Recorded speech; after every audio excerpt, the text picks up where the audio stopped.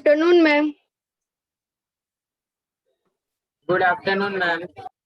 Good afternoon, ma'am. Good Good afternoon, ma'am. afternoon, ma'am. Good afternoon, ma'am.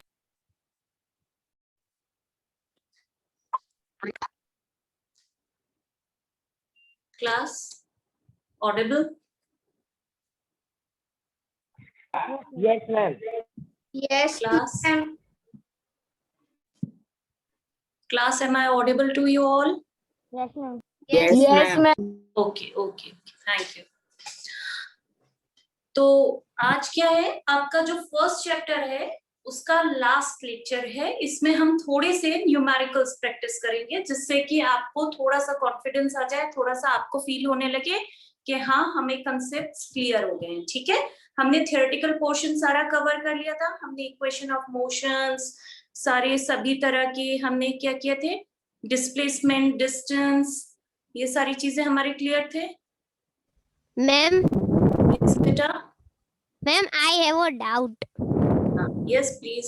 Ma'am आप वो जो 3 equations करा रहे थे ना मैम, उसमें से आपने वो लास्ट में लिखवाया नहीं था कि मैम एस अगर ढूंढना हो तो ये वाली प्रॉपर्टी यूज करने की है, अगर टी ढूंढ तो मैम वो लिख के एक बार दिखाओ ना मैम।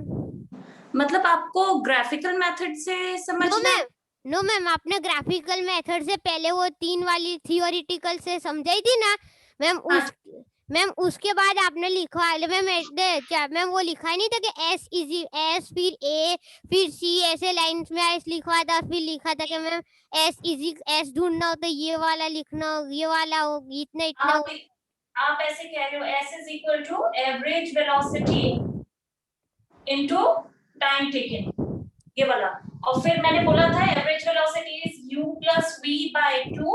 नो मैम ये वाला नहीं मैम, ये वाली प्रॉपर्टी तो मैम तीन समझ में आ गई मैम, पर आपने फिर लास्ट में लिखवाया था ना कि मैम तीन प्रॉपर्टी के बाद के S is equals to S अगर ढूंढना हो तो ma'am v plus U plus T करना होगा मैम, वो वाला। ओके बेटा, अभी हम ना क्वेश्चंस जब करेंगे ना बेटा, आदित्य पूछ रहे हैं मुझसे क्वेश्चंस। Yes ma'am. हाँ आदित्य बेटा, अभी जब हम न्यूमेरिकल्स करेंगे ना तो आपको क्लियर हो जाएगा कि कहाँ पर हम कौन सी इक्वेशन का यूज करेंगे। हमने 3 इक्वेशंस ऑफ मोशन पढ़े, अब पता है इसमें क्या होता है, इसका यूज हमें कैसे करना है। इनका यूज हम डायरेक्टली करते हैं, तो इनका यूज हमें कैसे करना है, यही आज हम इसीलिए न्यूमेरिकल्स कर रहे हैं, जिससे आपको पता चल जाएगा। मैं अगर छोड़ देती ना तो आपको क्लियर नहीं होता, इसी से आपको पता चलेगा कि कहाँ पर आप एस कैलकुलेट करना है, यानी डिस्प्लेसमेंट कैलकुलेट करना है, कहाँ पे आपको v कैलकुलेट करना है, एवरेज वेलोसिटी, वो सॉरी फाइनल वेलोसिटी, u क्या थी, इनिशियल वेलोसिटी थी, वो कैसे कैलकुलेट, किसमें टाइम कैसे कैलकुलेट करेंगे, इसीलिए आज हम न्यूमेरिकल्स कर रहे हैं। ठीक है, और उसके लिए हम क्या है बेटा, सबसे पहले आपके एनसीईआरटी के ही क्वेश्चंस लेंगे। फाइन, उससे क्या होगा कि आपको वो करने आ जाएंगे, तो उसके बाद आप और क्वेश्चंस में आपको वर्कशीट्स वगैरह दूंगी, आप उनके थ्रू अटेम्प्ट करने की कोशिश करना। ठीक है, तो आप जब वो मैं होमवर्क के लिए दूंगी वर्कशीट, फिर हमारा नेक्स्ट सेशन जब भी फिजिक्स का होगा ना, तो हम पहले क्या करेंगे, अगर आपको वो क्वेश्चंस नहीं आए होंगे या उनमें कभी डिफिकल्टी आई होगी, तो जब आपका केमिस्ट्री का कंप्लीट हो जाएगा या जो भी आपका केमिस्ट्री के बाद बायोलॉजी चलेगा, उसके बाद भी जब भी मेरी नेक्स्ट क्लास होगी ना, तो फिर हम वो क्वेश्चंस को डील कर लेंगे, जिससे कि आप लोगों के कंफ्यूजन्स भी क्लियर होंगे। ओके मैम आपने नोट्स लिखने को दिए थे ना, क्या लिखने के लिए दिया था बेटा? पूरे चैप्टर की नोट्स लिखनी थी। हाँ बेटा, हाँ बेटा, तो लिख दी है, तो आप वेरी करनी है मैम, आप एक बार लिखवाओगे नोट्स सारी?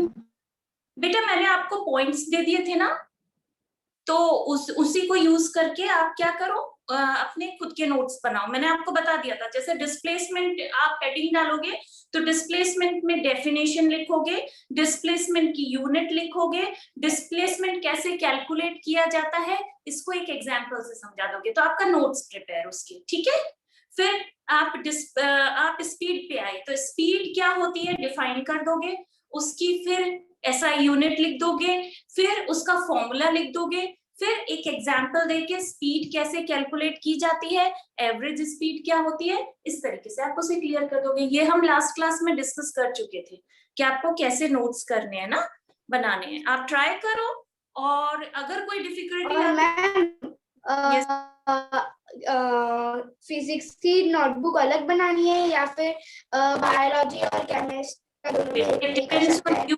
क्योंकि टीचर अलग है, आप चाहो तो अलग भी बना सकते हो जिससे आपका मिक्सअप ना हो कोई चीज, ये आप पे डिपेंड करता है। और अगर आप चाहो तो क्या कर सकते हो, सेम नोटबुक में साइंस की एक ही नोटबुक बनाइए, उसके 3 सेक्शंस कर दीजिए, एक बायोलॉजी के लिए, एक फिजिक्स के लिए, केमिस्ट्री के लिए। तो जितना भी आप फिजिक्स का वर्क करेंगे वो उसी में करिए। अगर आपकी थिक नोटबुक है तो आप एक ही नोटबुक में तीनों सब्जेक्ट्स को रख सकते हो। ओके मैम एक बार फिर से बताओ, मैम। मैं अभी ज्वाइन हुई। मैम यस बेटा। मैम हमारे तीनों टॉपिक में टीचर अलग अलग है हमारे।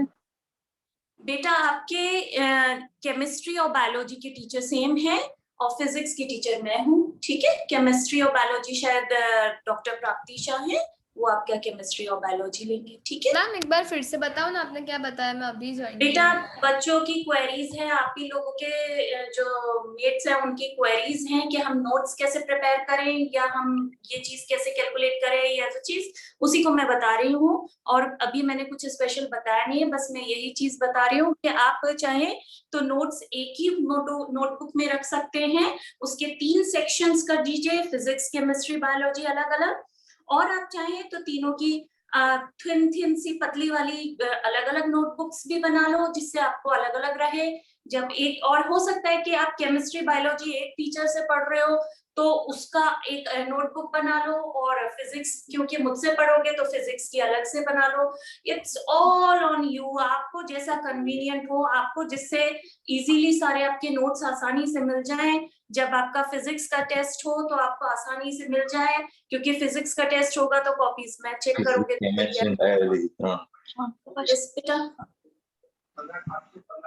तो इस तरीके से आप पर डिपेंड करता है, जैसे आपको कन्वीनियंट हो। आप एक बुक के 3 सेक्शंस भी कर सकते हो नोटबुक के, और चाहे तो पतली पतली 3 नोटबुक्स अलग अलग भी बना लो। बट ऐसा ना हो कि कोई भी नोटबुक मिसप्लेस हो जाए आपकी।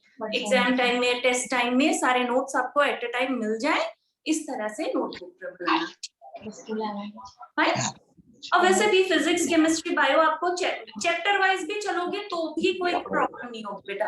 आपने चैप्टर नंबर डालना है, चैप्टर नेम डालना है, एक साथ आपके उसके नोट्स होंगे तो वो एक बार में रहेगा। फिर दूसरा चैप्टर स्टार्ट होगा तो आप दूसरा वो रखोगे, तो उसमें क्या मिक्स होने का तो कोई वही नहीं है। जहां आपका चैप्टर कंप्लीट हो जाए, एक ब्लैंक पेज लेके उसको या तो फोल्ड कर दीजिए, या फिर वहां पे दूसरे चैप्टर का बड़ा सा नाम डाल के फुल पेज में नेक्स्ट चैप्टर स्टार्ट कर दीजिए, जिससे आपको पता चलता रहे, डिमार्केट कर सको कि ये चैप्टर यहाँ कंप्लीट हुआ है। फाइन। तो न्यूमेरिकल्स पे आ जाए बेटा, जिससे थोड़ी सी प्रैक्टिस हो जाए तो आप लोगों को भी थोड़ा सा कॉन्फिडेंस आए कि आप लोग कर पा रहे हो। ओके मैम यस बेटा। मैम आप अभी न्यूमेरिकल्स लिखा रहे हो तो वो हमको नोट्स में कॉपी करना है अभी? नहीं, आप लोग चाहो, देखो मैं न्यूमेरिकल्स अभी कुछ अलग बाहर से नहीं दे रही हूँ, आप टेक्स्ट बुक के न्यूमेरिकल्स करवा रही हूँ, जिससे कि आपको वो करने तो आप बाहर के भी कर पाओगे।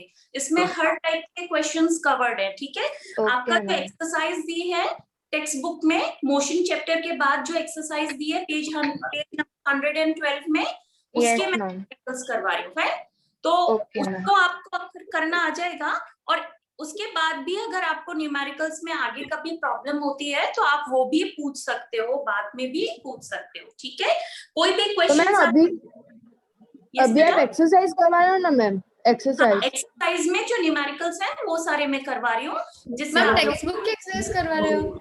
हाँ, टेक्स्ट बुक की एक्सरसाइज करवा बेटा, एनसीईआरटी की। और एक्स्ट्रा क्वेश्चंस मैं आपको प्रैक्टिस के लिए दूंगी, तो अगर आपको ये आने लगेंगे तो जो मैं क्वेश्चंस आपको दूंगी आपको वो करना भी इजी हो जाएगा। फाइन। हमें लिखना तो लिख सकते हैं बेटा, इट डिपेंड्स ऑन यू। अगर आपको समझ में आ जाता है, क्वेश्चंस आपके पास हैं, इट डिपेंड्स ऑन यू। आप आंसर लिखना चाहो तो लिख सकते हो, क्योंकि न्यूमेरिकल्स क्या होते हैं, रटे तो जाते नहीं है। एक बार समझ लिए जाते हैं कि वो कैसे सॉल्व किए जाते हैं, तो उसमें क्या होता है, वैल्यूज चेंज हो जाती हैं, थोड़ा सा क्वेश्चन की लैंग्वेज चेंज हो जाती है। जब आपको एग्जाम में आएंगे बिल्कुल एज इट इज तो देते नहीं है। जैसे मैथ्स में भी आप करते हो तो मैथ्स में क्या होता है, आपको मेथड समझ में आ जाता है तो आपको कोई भी वैल्यू चेंज करके दे दी जाए, लैंग्वेज चेंज करके दे दी जाए वर्ड प्रॉब्लम की, तो आप खुद कर लेते हो ना। इसी तरीके से न्यूमेरिकल्स में भी होता है, आपको मेथड समझ में आ जाए तो आप क्या कर सकते हो, उस तरह के कोई और भी क्वेश्चंस आपको दिए जाए तो आप अटेम्प्ट कर सकते हो। फाइन। तो आप पे डिपेंड करता है कि अगर आपको मेथड को याद रखना है तो आप मेथड को कॉपी भी कर सकते हो, और मेथड अगर आपकी समझ में आ गया then there is no need, आप अगर समझ के याद रख सकते हो तो कोई प्रॉब्लम नहीं। फाइन। तो स्टार्ट करें बेटा। Yes ma'am. Okay, first question देखो, पेज नंबर 112 आपकी एनसीईआरटी बुक का है। उसमें फर्स्ट क्वेश्चन, पहले मुझे बताना सबको मिल गया क्या है फर्स्ट क्वेश्चन, कोई रीड करेगा? Yes, ma'am. कोई एक रीड Ma'am, करो। can I? Yes yes you man. An athlete completes one round of a बस बस circle. बस, ओके ओके, बस हाँ मुझे क्लियर हो गया। Yes Devanshi. An athlete completes one round of a circular track. Okay okay, हाँ तो सबको मिल गया ना। तो अब देख लो, मैं रीड कर रही हूँ और उसके बाद उसको मैं बोर्ड पे सॉल्व करूंगी। प्लीज ध्यान से देखना, जिससे आपको खुद कॉन्फिडेंस आएगा कि हम क्वेश्चन कर पा रहे हैं नहीं कर पा रहे हैं, और हमें कितनी प्रैक्टिस की जरूरत है, कितने हमें न्यूमेरिकल्स करने की जरूरत है। Fine. An athlete completes one round of circular track of diameter 200 meter in 40 seconds. What will be the distance covered and the displacement at the end of 2 minutes 20 seconds? तो आप इसको बोर्ड पे देखो कि इसमें आप पहले लैंग्वेज को समझिए। अच्छा, पहले इसमें कहा है एक एथलीट है, एथलीट यानी जो रनर होते हैं, जो धावक होते हैं, जो दौड़ते हैं, वो वन राउंड एक सर्कुलर ट्रैक का राउंड में घूम रहा है, वो दौड़ लगा रहा है। एक राउंड लगाने में उसको 40 सेकेंड्स लगते हैं, और वो जो सर्कुलर ट्रैक है उसका डायमीटर कितना दिया है, 200 metre. What will be the distance covered, एक तो आपको निकालना है कि कितना वो डिस्टेंस कवर करेगा, एंड डिस्प्लेसमेंट, और डिस्प्लेसमेंट भी निकालना है at the end of 2 minute 20 seconds. तो अगर वो इसी तरीके से 2 मिनट 20 सेकेंड के लिए दौड़ता रहा तो वो कितना डिस्टेंस कवर करेगा और कितना डिस्प्लेसमेंट होगा। फाइन। तो इसको देखो, वो क्या कर रहा है, एक सर्कुलर ट्रैक में रन कर रहा है, ओके, जिसका डायमीटर कितना दिया है, 200 मीटर्स, ओके। और एक राउंड लगाने में, मान लो उसने कहां से स्टार्ट किया, ए पॉइंट से, तो ए पॉइंट से पूरा दौड़ के वापस ए पॉइंट में आने में उसको कितने सेकेंड्स लग रहे हैं, 20 सेकेंड्स। ठीक है, 20 सेकेंड्स फॉर मैम टेक्स्ट में तो 40 लिखा है। मैम टेक्स्ट में 240 है मैम। 20 सेकेंड्स है ना, 20 सेकेंड्स का टाइम लग रहा है पूरा एक राउंड लगाने में। मैम हमारे में 40 सेकंड दिया है। अच्छा, सॉरी, 40 सेकंड क्या कर रहा है, वो वन राउंड कंप्लीट कर रहा है। ठीक है, अब आपको क्या निकालने के लिए कहा है कि 2 मिनट 20 सेकेंड्स तक अगर वो ऐसे ही दौड़ता रहता है तो उसका डिस्टेंस क्या होगा 2 मिनट 20 सेकेंड के बाद। एक तो आपको डिस्टेंस कैलकुलेट करना है और दूसरा डिस्प्लेसमेंट कैलकुलेट करना है। इसी का डिस्टेंस मैम 2200 से ma'am 3 rounds and half round ma'am.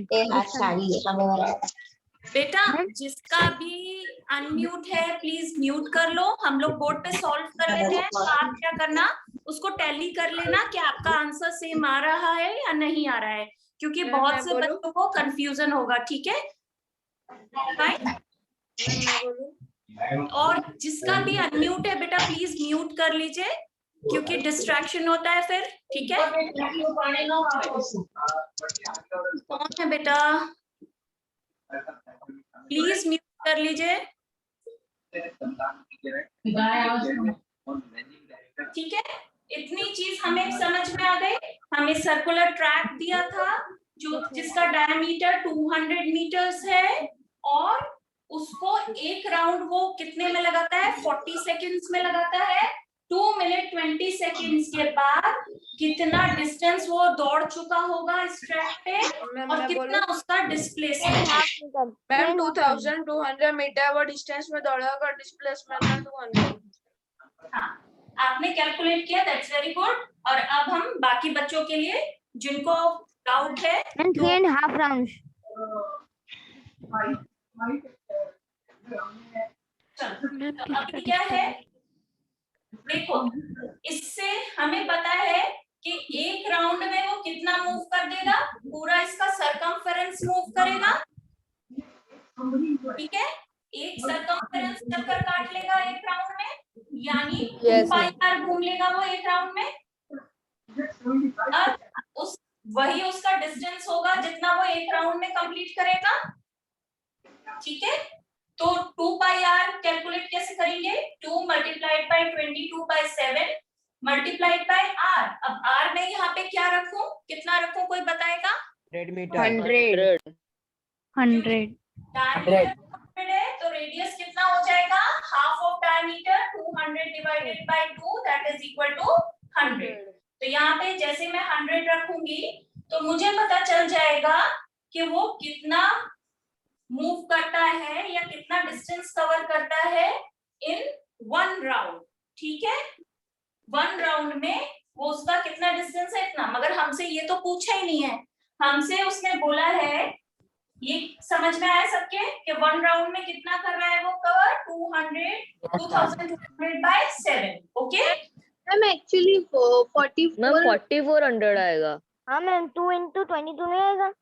हाँ सॉरी 4400/7 ये कितना है, ये कितने टाइम में कवर कर रहा है वो, 40 सेकेंड्स में।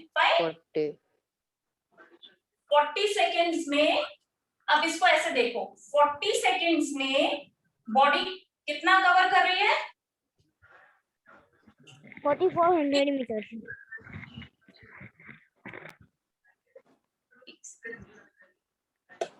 विजिबल है? Yes ma'am. Yes ma'am. 40 seconds में वो कितना डिस्टेंस कर रहा है, 4400 डिवाइडेड बाय 7 मीटर्स।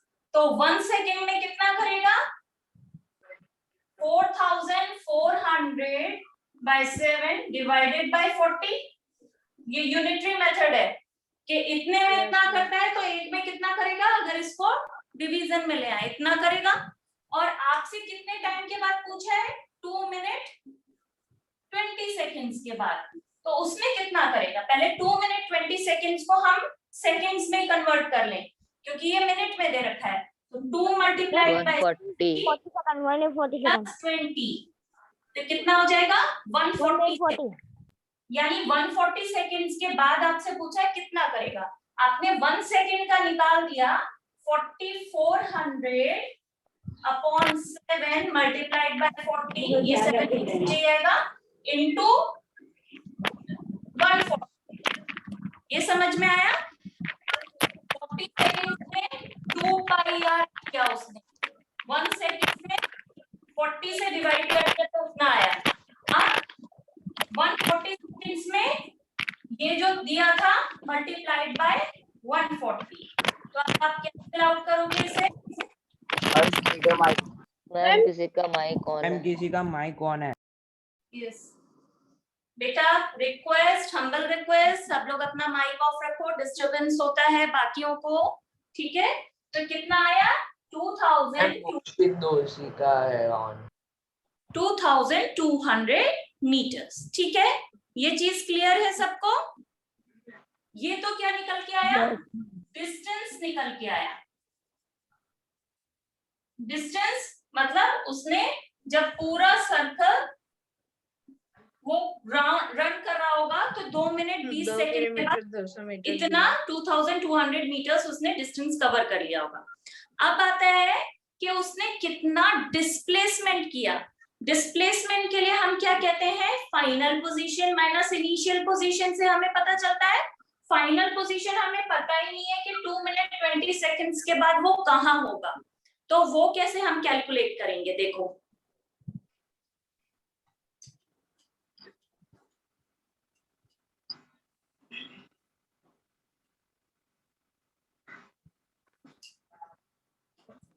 इस चीज को देखो कि आपको ये तो पता है कि 40 सेकेंड्स में वो 1 राउंड कंप्लीट करता है, ठीक है?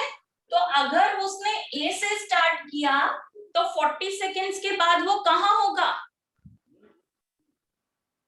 वापस एक पे आ जाएगा। वापस आ जाएगा, क्योंकि 40 सेकेंड्स में क्या है, वो एक 1 कंप्लीट राउंड कर लेता है, तो 40 सेकेंड्स के बाद तो वो यहीं आ जाएगा। मगर 140 सेकेंड्स के बाद वो कहाँ होगा, ये बताने के लिए हम नंबर ऑफ राउंड्स निकालने जो उसने 140 सेकेंड्स में कवर किए होंगे। 40 सेकेंड में एक राउंड, तो 140 सेकेंड में कितने राउंड? देखो ऐसे करोगे, 40 सेकेंड्स में 1 राउंड, तो 1 सेकेंड में 1/40 राउंड, और 1/40 सेकेंड्स में 1/40 मल्टीप्लाइड बाय 140, यानी 140 अपॉन 40 राउंड, और उसको कैंसिल करोगे 7/2 7/2 राउंड्स। 7/2 को अगर मिक्स फ्रैक्शन में कन्वर्ट करो तो ये आएगा 3 होल 1/2 राउंड्स। अब ये 3 होल 1/2 राउंड्स का मतलब क्या है कि 140 सेकेंड्स में वो 3 होल 1/2 राउंड्स करता है, यानी 3 होल का मतलब 3 तो पूरे चक्कर काट लेता है, 1 2 3 राउंड्स के बाद वो वापस ए पर ही आ जाता है, ठीक है? मगर उसको हाफ राउंड अभी और करना है, तो हाफ राउंड का मतलब क्या है, ए से स्टार्ट करेगा तो यहां सामने बी पर आएगा, ठीक है? ये हाफ राउंड वो और करता है, उसको 140 सेकेंड्स में हमने क्या कैलकुलेट किया, कितने राउंड्स करता है, 3.5 राउंड्स, तो 1 राउंड 2 राउंड 3 राउंड। 3 राउंड के बाद तो डिस्प्लेसमेंट 0, क्योंकि वापस वहीं पर आ जा रहा है, बट हाफ राउंड का मतलब क्या है, ए से बी पर, और फाइनल पोजीशन इसका मतलब कहाँ होगी, उसकी बी पर। तो ए से अगर बी का डिस्प्लेसमेंट निकालना हो तो कैसे निकालते हैं, 1100 ए टू बी डिस्प्लेसमेंट का मतलब क्या है कि ये सेमी सर्कल कवर कर रहा है, और सेमी सर्कल में डिस्प्लेसमेंट बराबर क्या होता है, shortest path. Shortest path A से बी जाने में कौन सा होगा, डायमीटर, तो displacement 200 from A to B कितना हो जाएगा, is equal to diameter is equal to 200 metres. इसमें किसी को कोई डाउट हो तो पूछो बेटा। No ma'am, no doubt. और डिस्प्लेसमेंट दोनों ही आ गए, no doubt. No ma'am, no doubt. Ma'am yes बेटा। मैम 200 कैसे आया? बेटा हमने एक क्वेश्चन पहले भी किया था, हमने क्या कहा कि ए से फाइनल पोजीशन उसकी, जब वो उसने 3.5 राउंड करे तो फाइनल पोजीशन उसकी बी आई, ठीक है? और डिस्प्लेसमेंट क्या होता है, डिस्प्लेसमेंट होता है शॉर्टेस्ट डिस्टेंस, शॉर्टेस्ट पाथ। तो डिस्प्लेसमेंट के लिए हमें ए पर वो उसने ए से स्टार्ट किया था, और 3.5 राउंड के बाद 3.5 राउंड के बाद वो कहां पर है, फाइनली बी पर है। तो ऐसे में उसका क्या डिस्प्लेसमेंट है, कैसे पता चलेगा कि उसकी फाइनल पोजीशन देखें माइनस उसकी इनिशियल पोजीशन देखें। अब एक तरीका तो ये है कि यहां से यहां जाओ तो भी ए से बी पहुंचोगे, यहां से यहां जाओ तो भी ए से बी पहुंचोगे, और डायरेक्ट यहां से यहां जाओ तो भी ए से बी पहुंचोगे।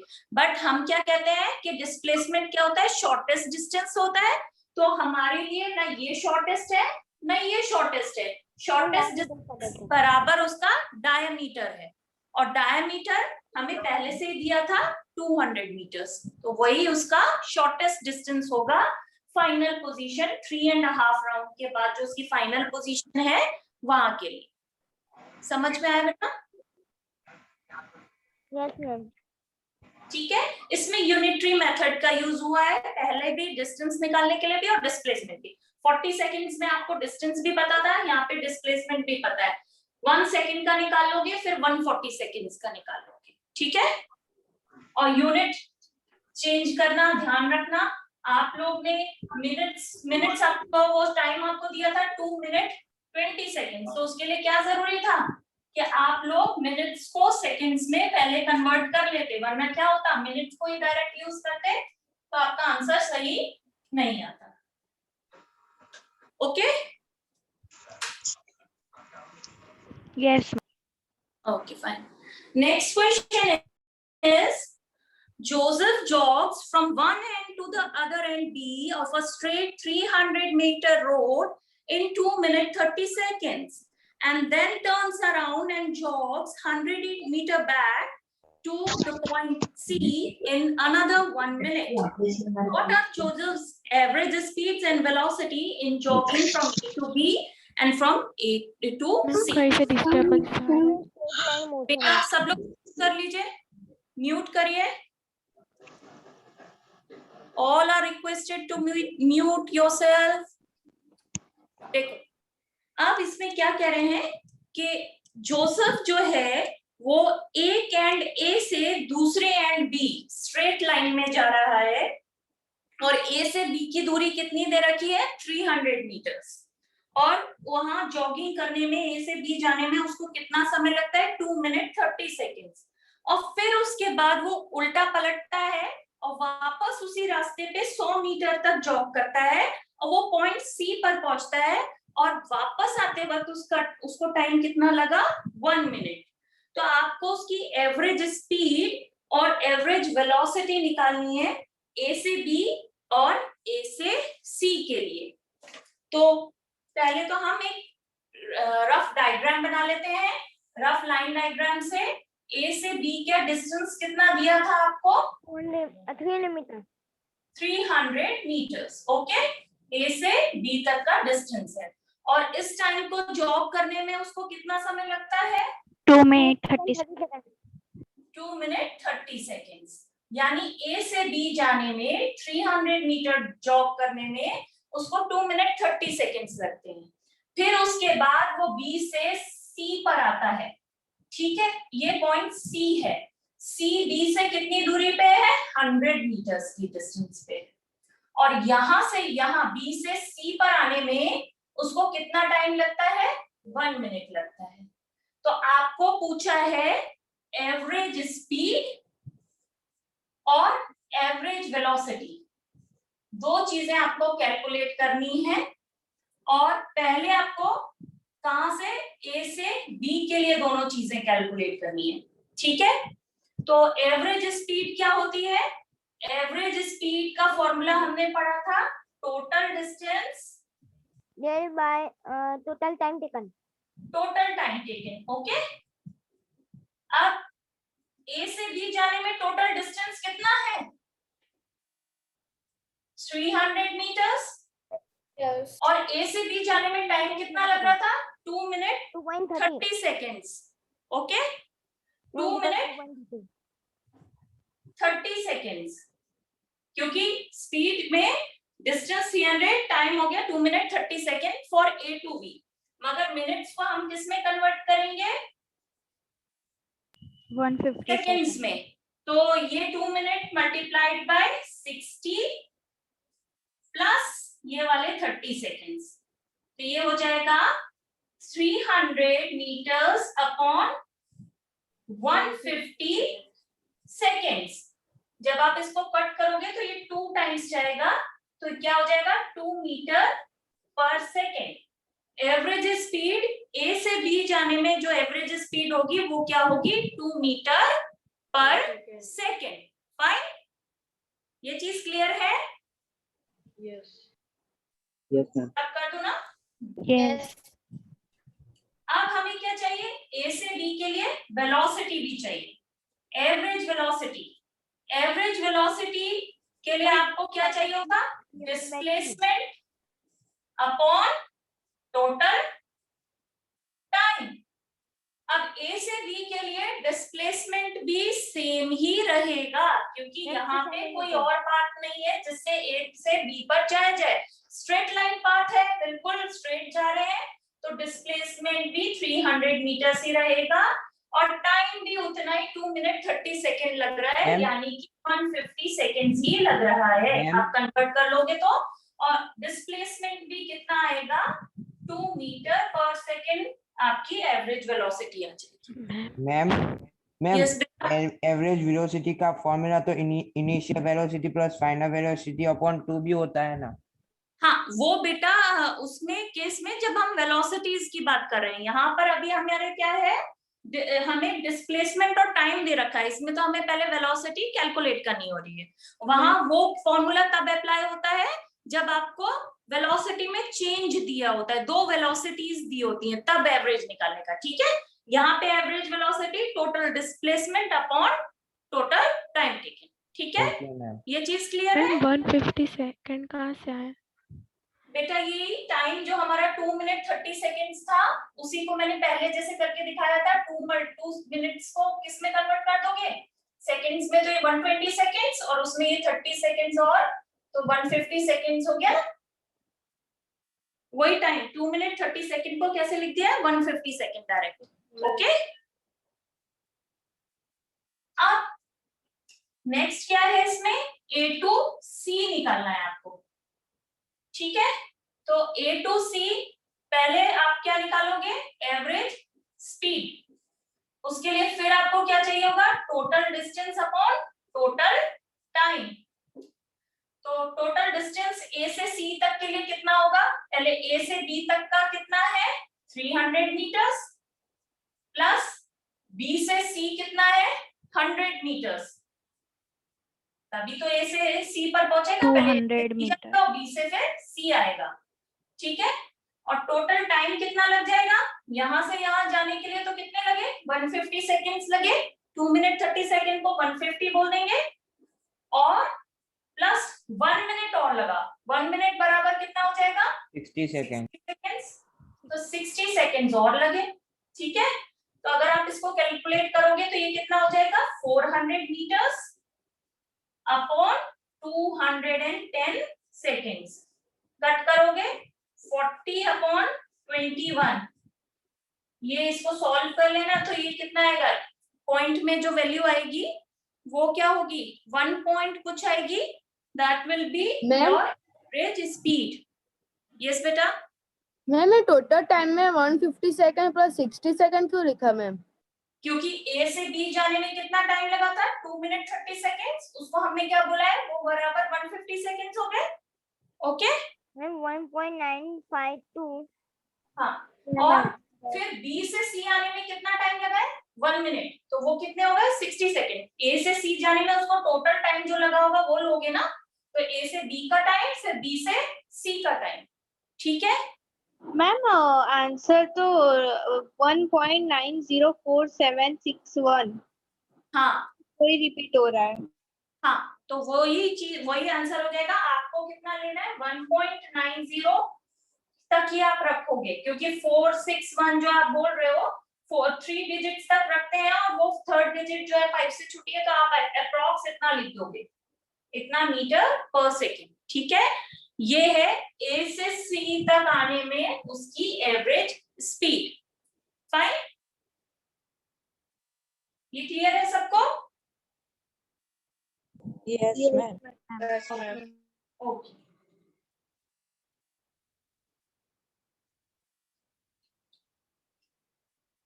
अब हमें क्या कैलकुलेट करना है, A to C उसकी एवरेज वेलोसिटी कैलकुलेट करनी है। Fine, A to C average velocity के लिए कैसे, देखो A to C average velocity calculate करनी है, तो मुझे क्या चाहिए होगा, A to C उसका डिस्प्लेसमेंट अपॉन टाइम टेकन। ठीक है, अब डिस्प्लेसमेंट क्या है A से C तक का, अगर हमें देखना हो तो 200 मीटर।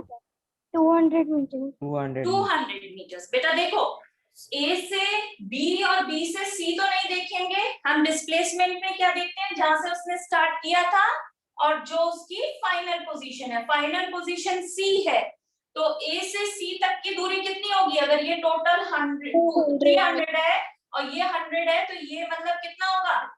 300 माइनस 100। ये समझ रहे हो? ए से सी तक का डिस्टेंस, ये 300 माइनस 100, यानी ए से सी तक का डिस्प्लेसमेंट। फाइनल पोजीशन और इनिशियल पोजीशन में जो डिस्टेंस है वो ये है 200 मीटर्स। ठीक है, टाइम तो वही पूरा लगेगा, टाइम हम इसको कॉम्प्रोमाइज उसमें कुछ नहीं होगा, टाइम पूरा लेंगे। 2 मिनट 30 सेकेंड्स को हम 150 सेकेंड की तरह लिख रहे हैं, प्लस ये 60 सेकेंड्स, 1 मिनट और जो था बी से सी आने में, वो 60 सेकेंड्स और आ जाएगा। तो ये आएगा 200 ओवर 210 सेकेंड, तो ये मीटर्स कैंसिल होगा, तो ये 20/21 मीटर पर सेकेंड। ये चीज समझ में आई? मैम अगर हम इसको पॉइंट में ना लिखे ऐसे ही छोड़ दे तो चलेगा? नहीं बेटा, आपको इसको डेसिमल्स में, कभी आप फ्रैक्शंस में डिस्टेंस मेजर करते हो? मैं आपसे कहती हूँ यहाँ से आप सूरत का डिस्टेंस बताओ तो आपकी गाड़ी कितना चली, तो आप फ्रैक्शंस में थोड़े ना बताते हो, आप इतना मीटर, इतने मिलीमीटर्स या इतने सेंटीमीटर्स या मेजर। यस बेटा?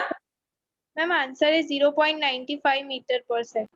हाँ बेटा, तो आंसर कितना आ रहा है? 0.95 मीटर्स पर सेकेंड।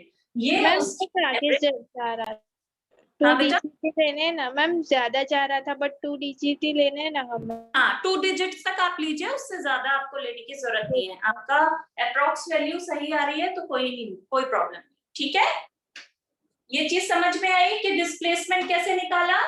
ए से हमें सी तक का देखना था, ए से सी तक की फाइनल पोजीशन हमारी सी थी और इनिशियल पोजीशन ए थी। शॉर्टेस्ट डिस्टेंस ए से सी तक ये स्ट्रेट लाइन है, उसको कैलकुलेट करने के लिए हमें ए से बी जो दे रखा था उसमें से बी से सी माइनस कर दे, तो हमें ए से सी तक का डिस्टेंस पता चल जाएगा, डिस्प्लेसमेंट पता चल जाएगा। ठीक है, ये क्वेश्चन क्लियर है सबको? यस पे मूव करें। Yes yes ma'am. Yes ma'am. Okay,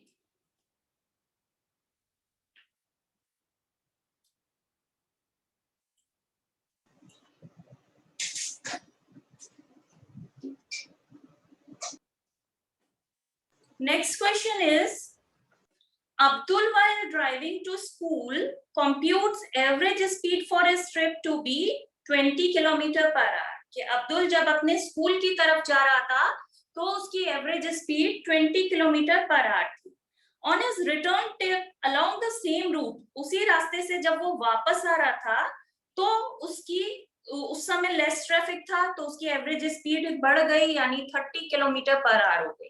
What is the average speed for Abdul's trip? Abdul trip के लिए एवरेज स्पीड निकालनी है, मतलब अब्दुल स्कूल गया, स्कूल से वापस आया, उस टोटल ट्रिप में उसकी एवरेज स्पीड निकालनी है। तो इसको भी आप लाइन डायग्राम से समझने की कोशिश करो। मैम यस, में ना 20 किलोमीटर आवर और फिर रेस टू -1 दिया है, तो उसका मतलब क्या? वो मैं आप लोगों को बहुत बार बता चुकी हूँ, किसी को याद है? Yes ma'am. मैंने आपको बताया था किलोमीटर पर आवर को आप कैसे लिखते हो? इज इक्वल टू, आप ऐसे लिखते हो kilometre upon hour. Yes ma'am. Yes ठीक है, इसको फिर हम कैसे लिख सकते हैं? किलोमीटर मल्टीप्लाइड बाय 1/आवर लिख सकते हैं इसको ऐसे। बेटा जिसने भी मुझसे क्वेश्चन पूछा बेटा वो बताओ, आपको समझ में आ रहा है? Ma'am multiplied by 1/। और एक्सपोनेंट्स एंड पार्ट्स मैथ्स में जो चैप्टर है उसके अकॉर्डिंग आप 1/समथिंग को कैसे लिख सकते हो? -1 रेज टू द पावर -1। ये याद है आपको? Exponents and parts sign change करके x पावर -1। अब ये क्या हो गया? Kilometre multiplied by r raise to the power -1। ठीक है? Yes ma'am. Yes ma'am. Okay, बेटा जो चीजें मैं बताती हूँ बीच बीच में उनको हमेशा ध्यान रखो। एक मैंने आपको बताया था किलोमीटर पर आवर को मीटर पर सेकंड में कन्वर्ट करने के लिए क्या करना है, मल्टीप्लाई क्या करना था, मल्टीप्लाई बाय 100। पर भी आपको वेलोसिटी किलोमीटर पर आवर में दी होगी और अगर आप उसको मीटर पर सेकंड में कन्वर्ट करना चाह रहे हो तो क्या करोगे, आप तो डायरेक्ट क्या करोगे, सीधे 1000 से ऊपर मल्टीप्लाई करोगे मीटर में करने के लिए और नीचे 3600 से करोगे, क्योंकि 60 into 60 करोगे आप, पहले 8 से मिनट में किया फिर मिनट से सेकंड्स में करने के लिए ये करोगे, ठीक है। मगर ये इतना लंबा नहीं करना है, सीधे किससे करना है, 5/18 से। और अगर मीटर पर सेकंड को किस में कन्वर्ट करना है, किलोमीटर पर आवर में, तो आप 18/5 से डायरेक्ट मल्टीप्लाई करोगे, ठीक है। ये नोट कर लीजिए, इससे क्या होता है आपका कैलकुलेशन का टाइम सेव होगा, आपको वो 1000 और 3600 उससे करने की जरूरत नहीं। किलोमीटर देखो बता दे रही हूँ फिर से, किलोमीटर पर आवर को अगर मीटर पर सेकंड में करना है तो 5/18 से मल्टीप्लाई करना है और मीटर पर सेकंड को अगर किलोमीटर पर आवर में कन्वर्ट करना है तो 18/5 उसके उल्टे से कर देंगे, टाइम सेव होता है बहुत ज्यादा। मतलब मैम जितनी किलोमीटर पर आवर की वैल्यू उसको मल्टीप्लाई करना है ना। हाँ हाँ, जैसे अगर आपको 5 किलोमीटर पर आवर दिया था तो आप क्या करोगे, 5 को इससे मल्टीप्लाई करोगे तो ये हो जाएगा 25/18। यहाँ पे मान लीजिए आपको 25 मीटर पर सेकंड को किलोमीटर पर आवर में करना था तो सीधे कैंसिल करके 18 मल्टीप्लाइड बाय 5 तो कितना हो जाएगा, 90 किलोमीटर पर आवर डायरेक्ट हो जाएगा, ठीक है। क्वेश्चन पर आ जाते हैं।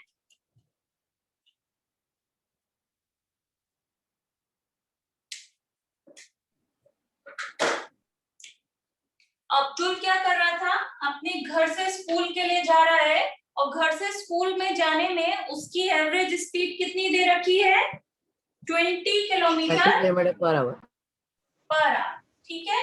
ये जाते समय, वापस आते समय उसकी स्पीड कितनी हो गई, बढ़ गई है 30 किलोमीटर पर आवर, ठीक है। तो आपको पूछा है एवरेज वेलोसिटी, एवरेज वेलोसिटी की क्या फॉर्मूला होता है, एवरेज क्या है, स्पीड पूछा है ना। Yes ma'am, average speed. Yes ma'am, average speed total distance upon total time, okay. अब टोटल डिस्टेंस तो मान लीजिए हमें डिस्टेंस हमने कुछ एज्यूम कर लिया, मान लीजिए हमने डिस्टेंस उसके स्कूल से, उसके घर से उसके स्कूल का x माना, तो टोटल डिस्टेंस उसका आने जाने में कितना हुआ, x ही वो गया x ही वो वापस आया, ठीक है, इतना होगा x प्लस x।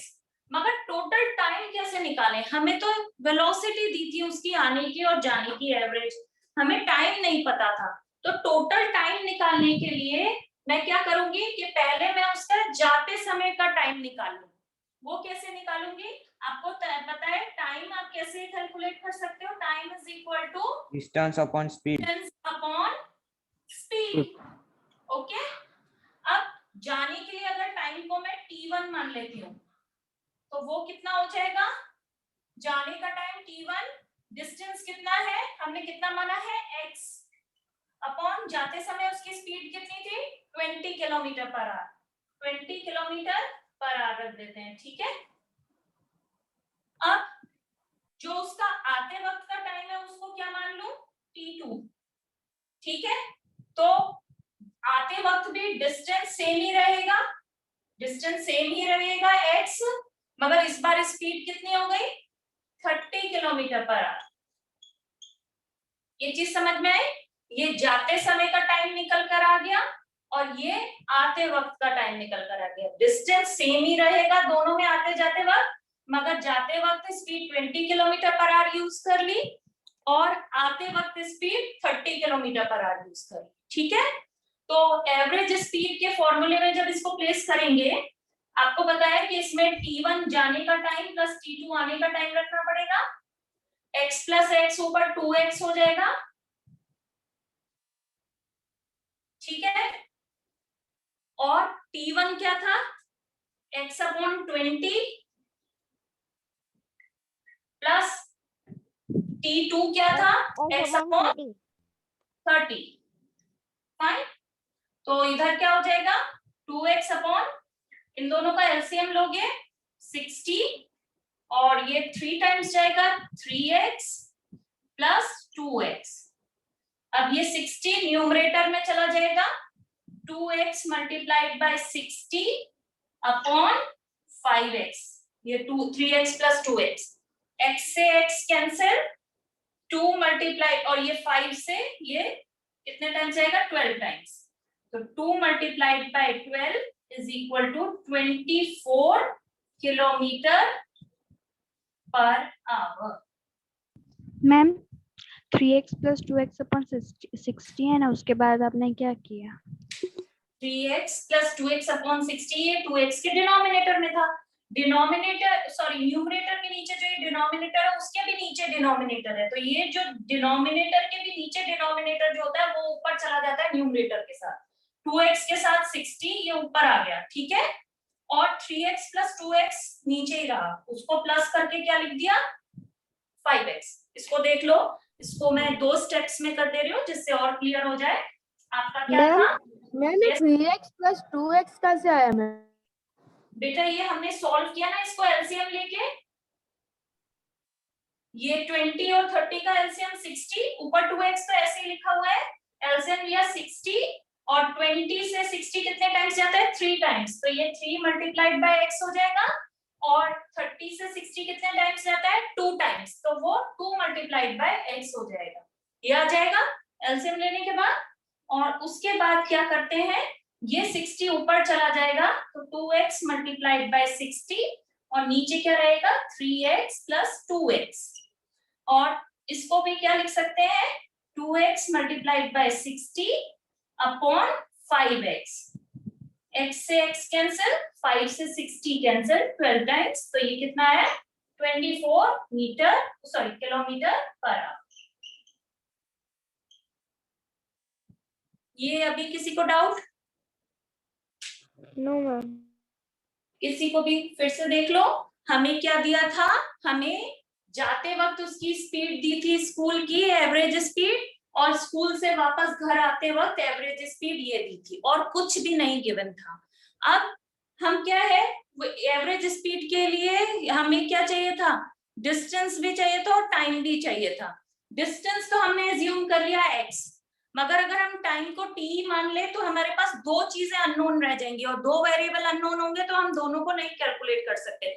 इसलिए हमने टाइम को भी किसके टर्म्स में लिख लिया, t1 को भी हमने क्या करके डिस्टेंस अपॉन वेलोसिटी करके t1 कैलकुलेट कर लिया, और डिस्टेंस अपॉन स्पीड करके t2 को भी कैलकुलेट कर लिया। दोनों हमने किससे, x अपॉन 20 और x अपॉन 30 करके दोनों निकाल लिए हमने, t1 और t2 दो टाइम, जाने का टाइम और वापस आने का टाइम दोनों निकाल लिए। डिस्टेंस हमें पता ही है कि जाते समय भी x था और आते वक्त भी x ही रहेगा, टोटल कितना हो जाएगा 2x। ठीक है, फिर हमने उसको सॉल्व कर लिया। सही है मैम? यस बेटा। मैम ये आप करा रहे वो नोटबुक में लिखने का ना? हाँ बेटा, मैं जो करा रही हूँ उसे नोटबुक में।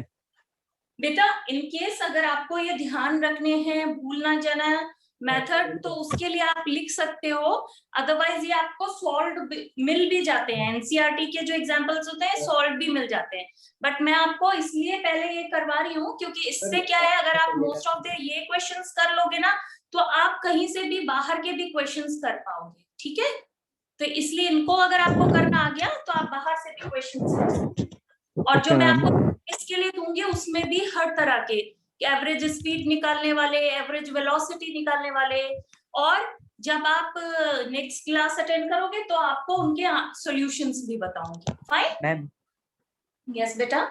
मैम ये पूरा लेक्चर आप भेज दोगे ना रिकॉर्ड इसलिए? हाँ वो तो आपको रिकॉर्डेड आप वीडियो आपको मिलेगा ही ना। मैम न्यू एडमिशन हूँ ना इसलिए मैम आज से ही चालू किया है। ओके बेटा ओके, आपका मिस हो गया है, नेवर माइंड, हाँ। कोई बात नहीं, ठीक है, ये सब आपको मिलेगा ही ना, लेक्चर्स तो आपको मिलेंगे। Fine, okay ma'am. ये समझ में आ गया इतना, आगे बढ़े। Yes ma'am. यस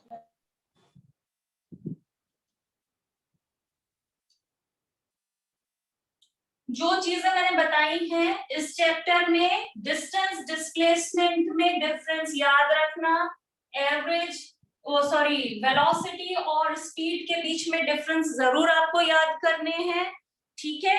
सारे फॉर्मूले आपको याद होने चाहिए, इक्वेशंस डिराइव करने के लिए आती हैं ग्राफिकल मेथड से, वो आपको जरूर आने चाहिए। इतनी चीजें आपकी जरूर होनी चाहिए प्रिपेयर्ड इस चैप्टर से।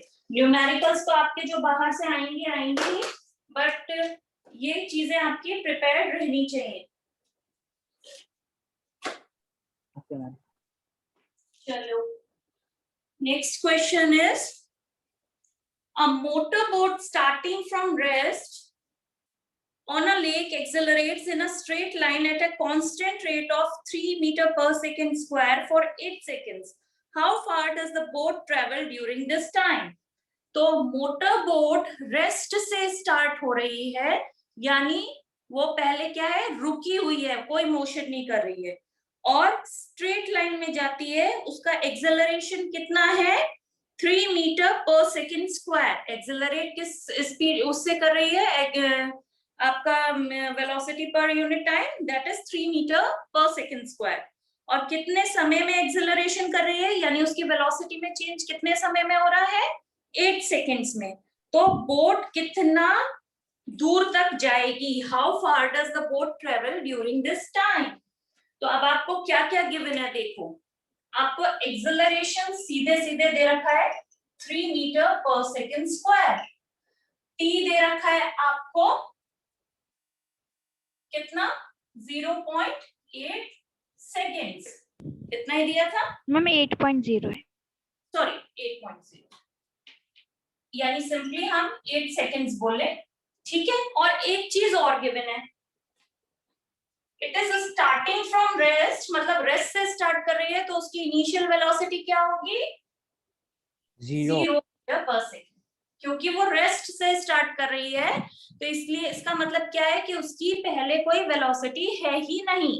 अब how far does it travel या how far the boat travels during this time का मतलब क्या है कि बोट कितनी दूर तक जाएगी, यानी आपको क्या चाहिए, डिस्प्लेसमेंट पूछा है आपसे।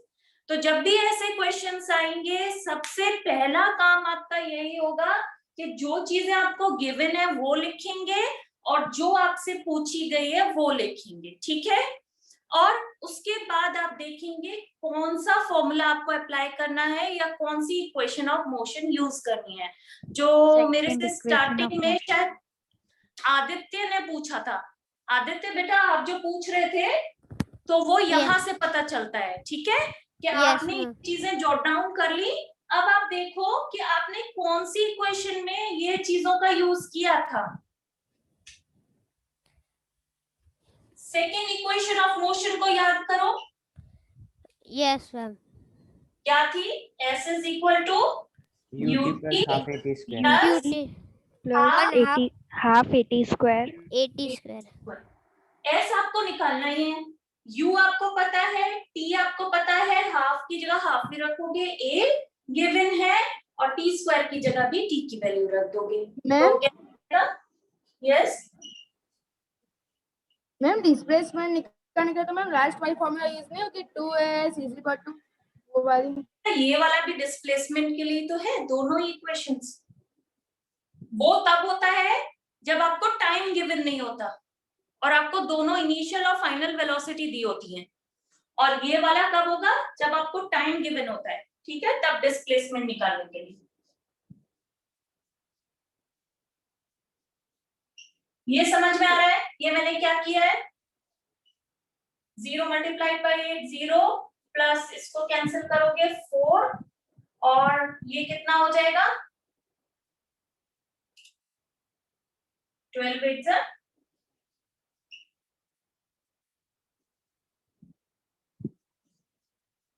96 मीटर्स। ये समझ में आया? यस u की जगह 0, t की जगह 8, half as it is, a की जगह 3, t स्क्वायर मतलब 8 multiplied by 8, 0 multiplied by 8 0। Blur आ रही है क्या कह रहे हैं बेटा? मैम, अभी तो आपकी स्क्रीन बराबर आ रही है, पहले तो ब्लर आ रही थी। अच्छा अच्छा, हो सकता है बेटा। अभी क्लियर है? मैम लास्ट वाला 8 कहाँ गए, उसको आपने गिना 0 नहीं। ये वाला बेटा 8 4 जा ओके कितना हुआ 32 और 32 मल्टीप्लाइड बाय 3 96। ओके, इसको आप दो इक्वेशंस का भी यूज करके कर सकते थे, बट वो क्या होता है लेंथी होता है, इसीलिए इक्वेशन दी गई है। ये तो समझ में आ गया ना? इसको आप चाहते निकाल सकते थे कि एस निकालने के लिए आप क्या करते, थर्ड इक्वेशन का यूज करते, मगर थर्ड इक्वेशन में आपको v भी चाहिए होता। आप क्या करते, इससे भी निकाल सकते हो ना, 2as is equal to v square minus u square, जो अभी मेरे से किसी बच्चे ने कहा कि मैम डिस्प्लेसमेंट निकालने के लिए तो ये इक्वेशन का यूज करते हैं, but here you don't have v की वैल्यू आपके पास गिवन ही नहीं है, तो या तो पहले v निकालो। v किससे निकालोगे, फर्स्ट इक्वेशन से। फर्स्ट इक्वेशन क्या है, v is equal to u plus 80, इससे v निकाल लो, u 0 रखो, 3 मल्टीप्लाइड बाय 8, तो v कितना निकल के आया 24।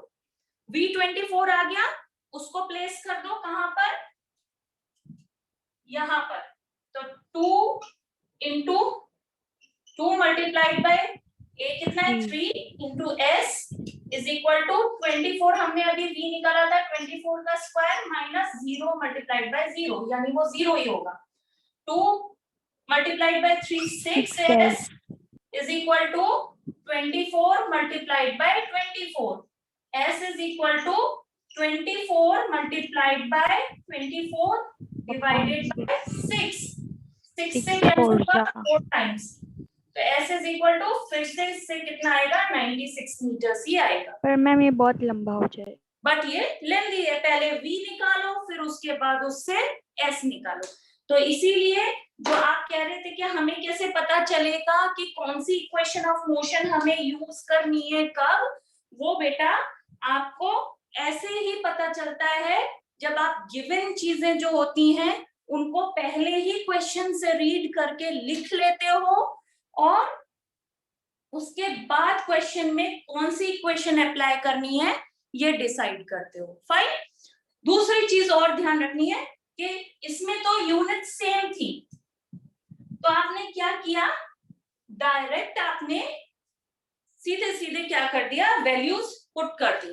बट कई बार क्या होता है कि आपको ये कुछ मान लीजिए ये दिया होता कुछ मिनट्स, या आपको वेलोसिटी दी होती है वो किलोमीटर पर आवर में दी होती है, v अगर कहीं दिया होता किलोमीटर पर आवर में, तो जब आप नोट कर लेते हो और ये डिसाइड कर लेते हो कौन सी इक्वेशन अप्लाई करनी है, जैसे हमने इसमें देखकर डिसाइड कर लिया कि हमें सेकंड इक्वेशन यूज करनी है, आप उस केस में क्या करोगे बेटा, पहले सॉल्व करने से पहले इक्वेशन में वैल्यूज पुट करने से पहले यूनिट्स को सही कर लोगे। जो आपका मिनट में है तो उसको 60 से मल्टीप्लाई करके पहले ही सेकंड्स में कर लेना वैल्यू को। ये मीटर पर सेकंड स्क्वायर में, अगर ये किलोमीटर पर आवर स्क्वायर में या वैसे दी होती तो आप उसकी भी यूनिट्स को कन्वर्ट कर लोगे। उसके बाद आप वैल्यूज अपनी इक्वेशन में पुट करोगे। समझ रहे हैं? ये मिस्टेक कभी भी मत करना कि आपने देखा ये दिया है, टी दिया, यू दिया, डायरेक्ट वैल्यूज पुट कर ली। इक्वेशन देखी कि ये वाली इक्वेशन लगेगी और वैल्यूज पुट कर लिए। आपको ऐसा नहीं करना, आपको क्या करना है, इक्वेशंस को सॉरी वैल्यूज को देखकर उनकी यूनिट्स को भी चेक करना है और सेम यूनिट में। और ऐसा नहीं है कि किलोमीटर पर आवर में जो आंसर्स होते हैं वो रॉन्ग होते हैं। अगर आप किलोमीटर पर आवर में आंसर निकाल रहे हो वेलोसिटी का, तो आपका टाइम भी उस समय किस में होना चाहिए? आर में ही होना चाहिए।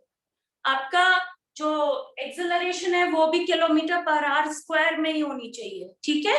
तब आपका आंसर सही आएगा। यूनिट्स अगर गलत होंगी, आपने इक्वेशन भी सही यूज की होगी, वैल्यूज भी सही पुट करी होंगी, बट क्या है, आंसर सही नहीं आएगा क्योंकि यूनिट उसकी सही नहीं रखी होंगी आपने, ठीक है? तो यूनिट में बच्चे बहुत मिस्टेक करते हैं। सारी चीजें, उनका कंसेप्ट भी क्लियर है, उनको ये भी पता है कि इसमें कौन सी इक्वेशन अप्लाई होनी है, क्या क्या गिवन है, वो भी उनको समझ में आ जाता है, बट यूनिट की गड़बड़ कर देते हैं तो आंसर गलत हो जाता है, ठीक है? इस चीज को आप ध्यान रखेंगे। नेक्स्ट क्वेश्चन पर मूव करते हैं। Okay, time up. ठीक है बेटा, इस चैप्टर को यहीं बाइंड अप करते हैं।